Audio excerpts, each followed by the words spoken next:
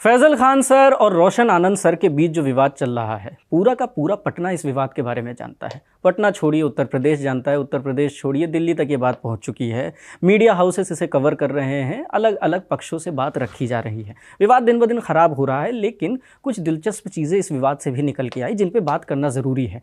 सबसे ज़रूरी चीज़ जो इस विवाद से निकल के आई वो है छात्रों के प्रदर्शन। अपने अपने पसंदीदा टीचर्स के लिए छात्र जिस तरह से लगातार प्रदर्शन कर रहे हैं, कभी कोचिंग सेंटर्स के बाहर किसी दूसरे टीचर के खिलाफ या फिर किसी दूसरे टीचर के साथ खड़े होकर उनको साथ दे रहे हैं, उनका समर्थन कर रहे हैं। ये सारी चीज़ें अगर आप छात्र और टीचर के संबंध को हिस्टोरिकली देखेंगे तो उसमें बड़ी नई है, बीते 20-25 साल की है।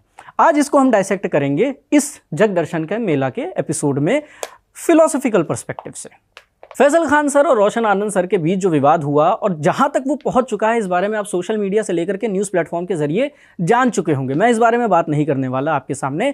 इस विवाद में छात्रों का जो रोल था वो बड़ा नए तरीके का था। छात्र सड़क पर उतरे अपने टीचर के लिए, दो अलग अलग टीचर और छात्र उनके लिए सड़क पर उतरे हैं। पटना में हज़ारों छात्रों ने रैलियाँ निकाली, सड़कों पर उतरकर विरोध किया, दूसरे कोचिंग सेंटर के बाहर चले गए, वहाँ पर विरोध किया। स्टूडेंट्स के बीच में, अलग अलग टीचर्स के स्टूडेंट्स के बीच में इस वक्त सोशल मीडिया पे गहमा गहमी चल रही है। एक दूसरे को उल्टा सीधा कह रहे हैं, मतलब फला फला टीचर्स को उल्टा सीधा कह रहे हैं। हमारे ही न्यूज़ रूम में अगर कोई कह देता है खान सर की बजाय फैजल खां, तो आके कोई ना कोई कमेंट सेक्शन में कह के जाता है कि खान सर बोलो, फैजल खान क्यों बोल दिया। तो एक पूरा का पूरा सिस्टम बिल्ड हो चुका है जहाँ पे दो शिक्षकों के बीच का विवाद दो छात्र समूहों की लड़ाई बन चुका है। कोचिंग इंडस्ट्री और सोशल मीडिया के आने के बाद से टीचर और स्टूडेंट रिलेशनशिप जो है ये बदल चुका है। पहले जो टीचर और स्टूडेंट रिलेशनशिप था, जो हम और आप देखते आए हैं, अब वैसा नहीं रहा है। शिक्षक अब सिर्फ और सिर्फ शिक्षक नहीं रहे हैं, वो ब्रांड्स बन चुके हैं। और छात्र सिर्फ और सिर्फ छात्र नहीं हैं, वो फॉलोअर्स हैं, समर्थक में तब्दील हो चुके हैं। कई बार ये छात्र उन टीचर्स से पढ़ भी रहे होंगे, कोचिंग भी ले रहे होंगे, या कई बार सिर्फ इंटरटेनमेंट के लिए कंज्यूम कर रहे होंगे। 5 मिनट के लिए आप अपने बचपन में जाइए, 10वीं में जाइए, 8वीं क्लास में जाइए, किसी भी क्लास में जाइए और सोचिए कि जो आपको टीचर पढ़ाने आते थे वो कैसे थे। मार्ट साहब होते थे, 4 सवाल के बाद 5वां सवाल आप पूछ लीजिए तो पहिने से मारना शुरू कर देते थे। कॉन्सेप्ट आपको क्लियर हुआ है कि नहीं, इससे उन्हें मतलब नहीं होता था। साइकिल से आते थे, चप्पल, सूती कपड़ा, ये एक इमेज थी जो ट्रेडिशनली हमारे यहाँ शिक्षकों की चलती चली आई थी। मैं ये नहीं कह रहा ये अच्छी इमेज थी, या मैं ये भी नहीं कह रहा कि वो टीचर्स इन टीचर से बेहतर थे, पर ये एक इमेज थी जो हमारे दिमाग में बसी हुई थी। और इस इमेज शब्द पे ध्यान रखिएगा क्योंकि ये आगे फिर से आने वाला है। छात्रों का लगाव उन दिनों टीचर से ज़्यादा नहीं होता था। टीचर्स के लिए छात्र सड़कों पे नहीं उतरते थे अपने प्रिंसिपल के सामने कि भैया हमारे जो फला टीचर हैं इनकी तनख्वाह बढ़ा दो, वरना हमें तो अच्छा नहीं लग रहा कि आप उनको कम तनख्वाह दे रहे हैं। या टीचर का कहीं पे कोई विवाद हो गया तो छात्र उतर के चले आए, ये भी नई चीज़ है। तो उस ज़माने के मास्टर साहब लोग और आज के कोचिंग सेंटर के टीचर्स में एक ही मूलभूत फ़र्क है, अथॉरिटी तो दोनों के पास थी, लेकिन जो मोबिलाइजेशन था क्राउड का, जो पहुँचने की क्षमता थी लोगों तक, वो अलग अलग थी। आज के ज़माने के टीचर जो डिजिटल रीच का फ़ायदा उठा रहे हैं, वो हमारे ज़माने के मार्ट साहब लोग या आपके ज़माने के मार्ट साहब लोग नहीं उठा पा रहे थे। सोशल मीडिया ने टीचर्स को क्लासरूम से निकालकर सेलिब्रिटी में बदल दिया है।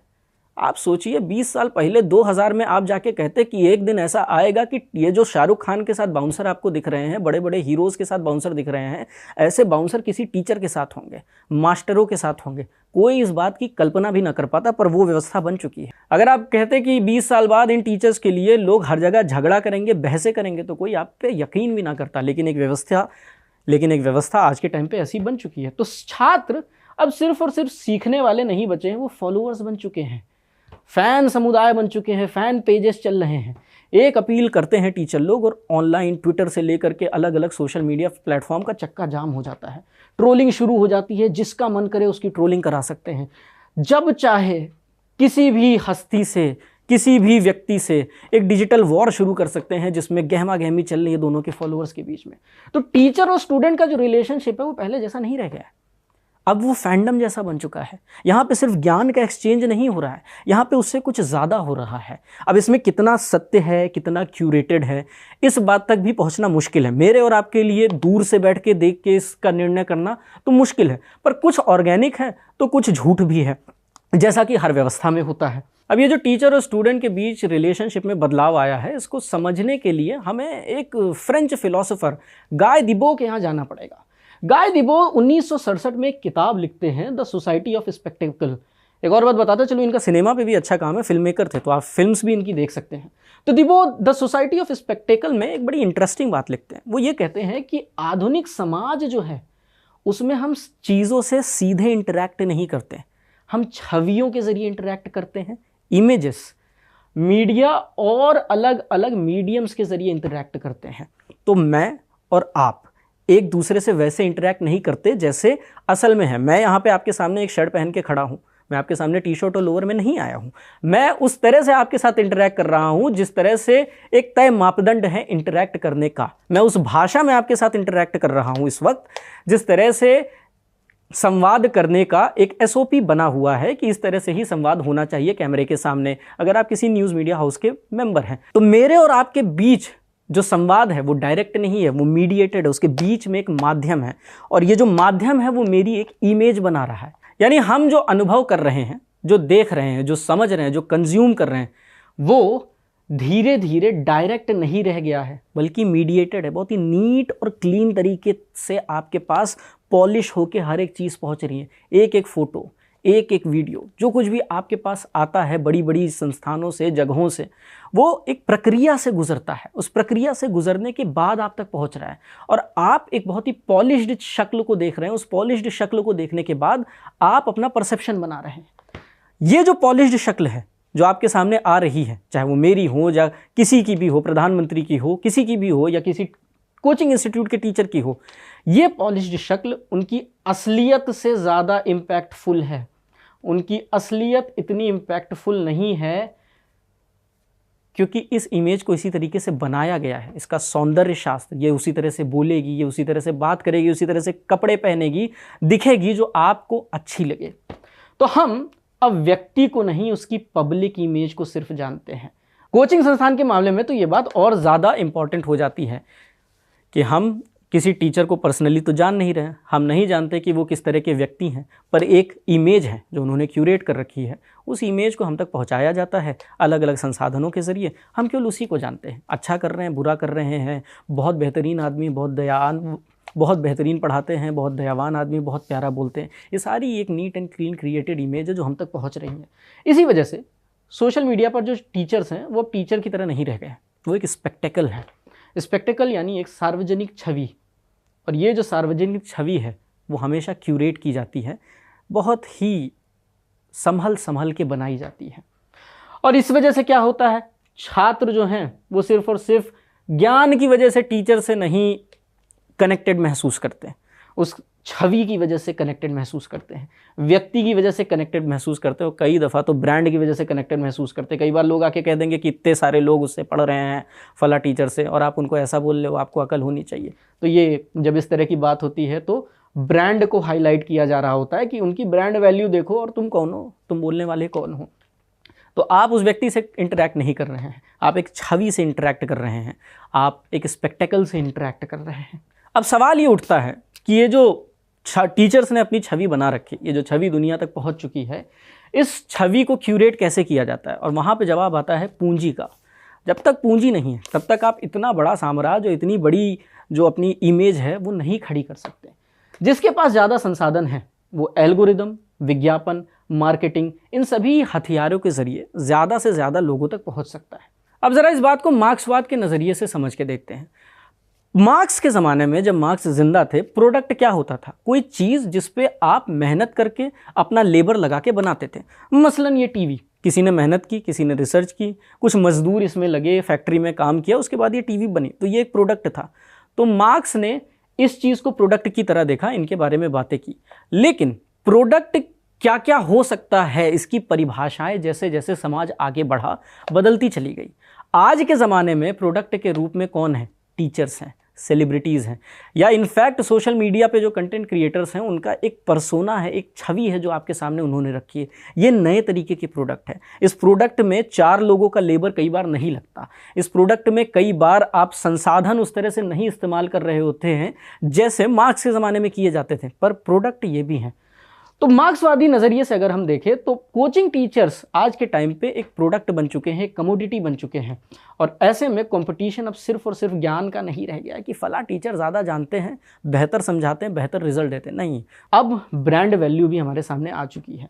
कोचिंग व्यवस्थाएं आप सभी जानते हैं, हज़ारों करोड़ का बिजनेस बन चुकी हैं। अगर 1000 करोड़ का बिजनेस बन चुकी है तो जाहिर सी बात है उसमें बाजार भी आएगा, बाजार आएगा, पूंजी होगी ही, और उस हिसाब से उस पूरी की पूरी व्यवस्था की संरचना बनती चली जाएगी। तो ऐसे माहौल में टीचर सिर्फ और सिर्फ टीचर नहीं रह गए हैं, बल्कि ब्रांड बन चुके हैं, एसेट बन चुके हैं। एक ब्रांड की तरह उनकी इमेज और उनकी मार्केट को बचाने के लिए सपोर्टर्स तैयार होते हैं या सपोर्टर्स तैयार किए जाते हैं। कई बार ये ऑर्गेनिक होते हैं जैसा कि मैंने पहले कहा, और कई बार ये गढ़े जाते हैं। तो अब ऐसे में सबसे बड़ा सवाल यही उठता है कि आखिर एक छात्र जो पढ़ने लिखने से मतलब रखता है, जो लेट से सिपाही बनना चाहता है, सिपाही भर्ती क्रैक करके, या कोई कस्टम इंस्पेक्टर बनना चाहता है एसएससी सीजीएल वगैरह निकाल के, या कोई यूपीएससी निकालना चाहता है, ऐसे छात्र जो पढ़ने के लिए जा रहे हैं, जिनका मेजर समय पढ़ाई लिखाई में जाना चाहिए, वो एक कट्टर समर्थक बिल्कुल किसी धार्मिक व्यक्ति की तरह कैसे बन जाता है।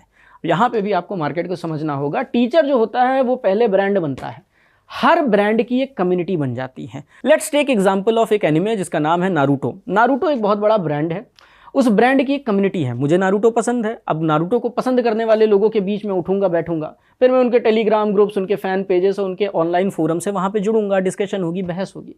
अब नारुतो का फैन होना मेरी आइडेंटिटी का पार्ट हो जाएगा। मसलन अगर कोई मेरे सामने वन पीस का फैन आके कहेगा कि नारुतो से बेहतर वन पीस है, तो मैं तो कहूँगा अच्छा और जाने दूंगा।